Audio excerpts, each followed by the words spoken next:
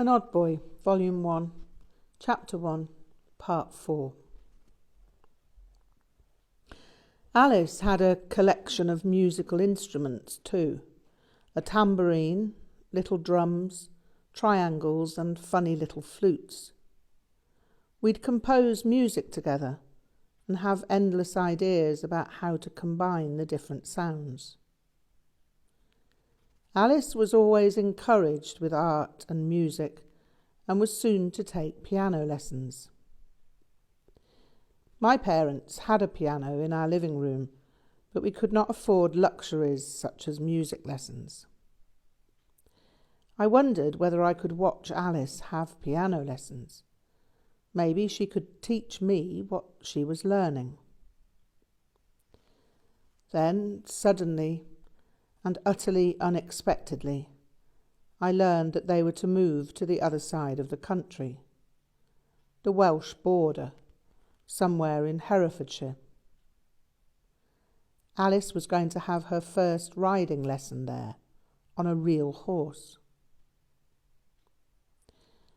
I was devastated by the prospect of Alice and her parents leaving. Alice was very sad too, and said that her parents might adopt me.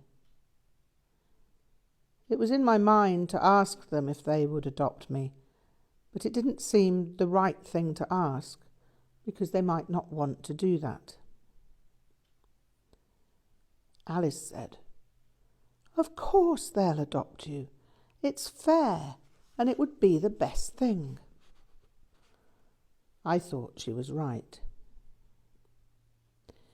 It seemed sensible because my father was always complaining about money and how I wasted it by not treating my shoes and clothes properly. I was always about to ask, but always held back because I felt bad about my mother. I did not want to leave her because she was so very kind to me, and I did not want her to think that I did not love her. I thought how sad she would be if I went away. I didn't think my father would mind because he didn't like me. He was always telling me I was an idiot.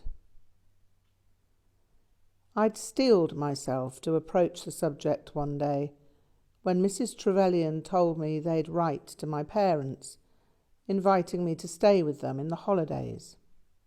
That solved the problem. I waited for the letter without looking as if I was waiting for the letter. Every morning when the letterbox clattered and envelopes fell on the carpet, I'd prickle with anticipation. I was not permitted to run for the mail. "Children do not receive letters other than birthdays and Christmas," my father barked. The mail that arrived at the house was the preserve of adults alone. Days passed, and then weeks passed, then months. The letter, however, never arrived. Or if it did, I never saw it arrive. I think it probably did arrive, but that my father vetoed the idea. I asked my mother about whether she could write to the Trevelyans and ask. Maybe the letter had got lost and they were waiting for a reply. But she said it was not possible, even if the letter had been lost. My father would never allow it. I was unable to find out whether Mrs. Trevelyan had written or not until I was an adult, and my mother told me they had. My father had replied, something to the effect that other plans had been made for me. This was probably one of my father's lengthy yet cryptic missives to the effect that "He was my father, hallowed be his name, his kingdom come, his will be done, on earth as it is in heaven. For he gave me that day my daily bread, but forgave me not my trespasses, nor anyone who trespassed against his wishes. He would deliver me from my ill nature, for his was the kingdom and the power and the glory, for ever and ever. Amen. The Lord's Prayer was recited at meal times, and the words rang horribly in my ears as some kind of appalling harangue. I was never a resentful child, even when my father became too enthusiastic about corporal punishment. But I developed an extremely strong dislike for him and his God at that point. The belt was one thing, but this was another. I could recover from a thrashing, but not from this. My life had been destroyed. It took a long while for that feeling to subside. My mother tried to tell me that my father was trying, in his own way, to care for me and to do what was best. But that made as much sense as if he'd proposed my public execution. I decided that there was no point talking about it with my mother. Her incomprehensible defence of my father was causing me to resent her as well. I didn't want to hate my mother as well as my father. She was good, and I loved her, so there was nothing further to talk about on the subject. It was an odd situation, and speaking about it in these words is no description of what went on in the mind of a 6-year-old. I only remember feeling extremely uncomfortable sensations. I have no idea what words I associated with those feelings. My stammer dates back to that time. I was probably more traumatized than my mother understood, but had no way of discussing it or making any appeal for help. My mother had told me that there was no way round my father, so I was stuck, staring at a brick wall.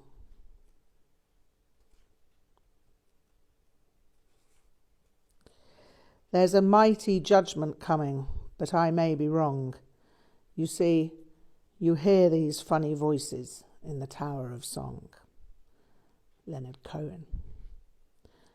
I heard funny voices aplenty, voices I'd never heard before, and they were tremendously disturbing. I knew that my father had heart attacks all through my childhood, so the idea that he could die was not foreign to me. I started having murderous wishes. He'd ruined everything, and I thought it would be better for everyone if he were to disappear. Horrible, frightening thought. I hated having murderous wishes, but they buzzed in my head like a chainsaw. I started having severe, debilitating stomach aches. I was often sent home from school with what they thought was an illness. I finally decided that I couldn't live with murderous wishes in my mind. I sat alone in the dark of my bedroom, thinking about my father, and suddenly remembered it was God who'd invented all the rules. It was God who'd invented rules about not being sprayed with a hose in the garden. I concluded it was God rather than my father who was the main problem in the world. It seemed better to turn my animosity toward God because I didn't believe in him. It was not that I thought that he didn't exist. I just didn't comprehend that not believing in God meant that God didn't exist. I thought that the people who believed in him just agreed with all the insane laws he made. Those who didn't, like the Trevelyan's, could live their own lives and be happy. Well, my father could be a slave of God if he wanted, but I was having no part of it. The Trevelyan's didn't believe in God. They were good people. They never got furious. They never swelled up into unsightly maroon toads and shouted at everyone. He even shouted at shopkeepers when things didn't work in the way he wanted. I'd had to endure that on several occasions.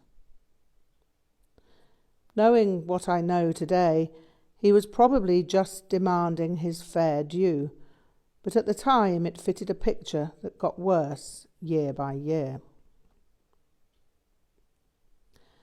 About that time, the art teacher at my school became concerned about my paintings. I was painting naked devils in hell, all leaping around and enjoying themselves in fountains of water that kept them cool from the flames coming up from behind the hills. My parents were contacted about my disturbing paintings. With my mother present, I was questioned by the teachers as to what they meant. I said something to the effect that devils were happy because they didn't have to follow all the laws that God made about not having fun. God was making the terrible fire behind the hills that made the devils hot. God was angry that Lucifer wouldn't obey all his horrible laws and was doing his worst to make life miserable for him and his friends.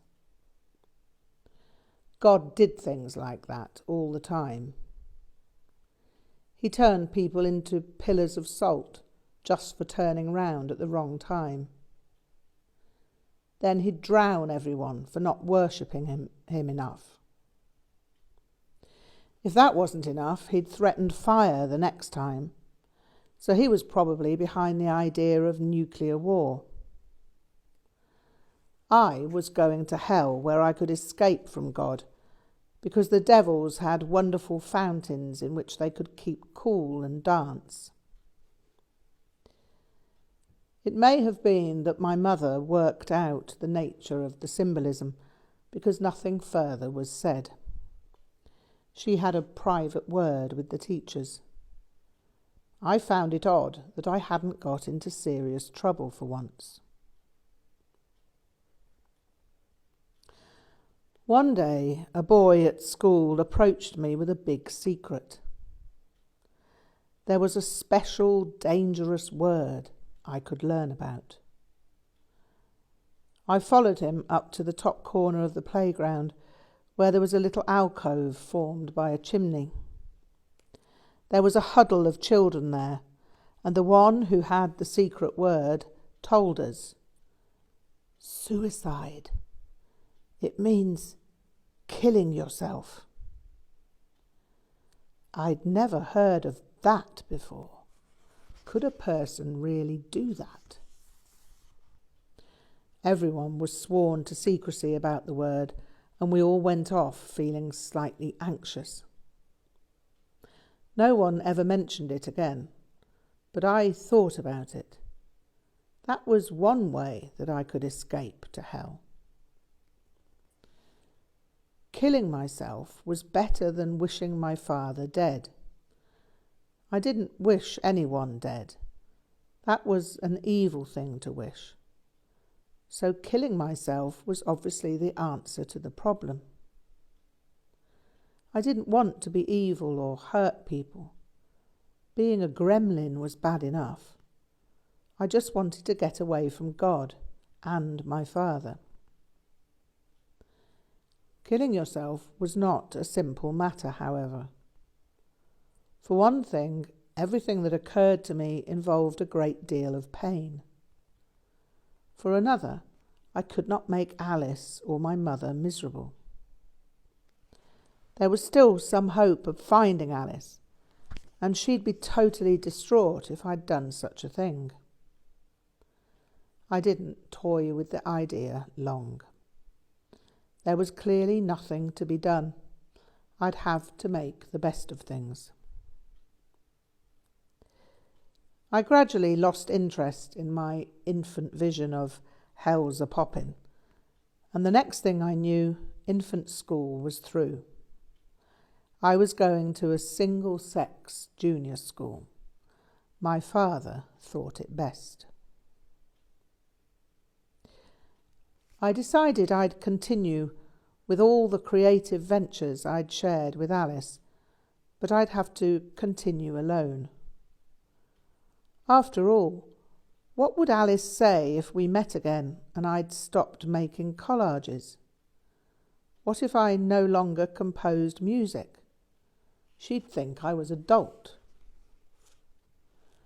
Being an artist and musician was what was most important in life. It kept me feeling that Alice was there, somewhere, and that gave me hope that the future was not merely a blank, barren stretch of gloom.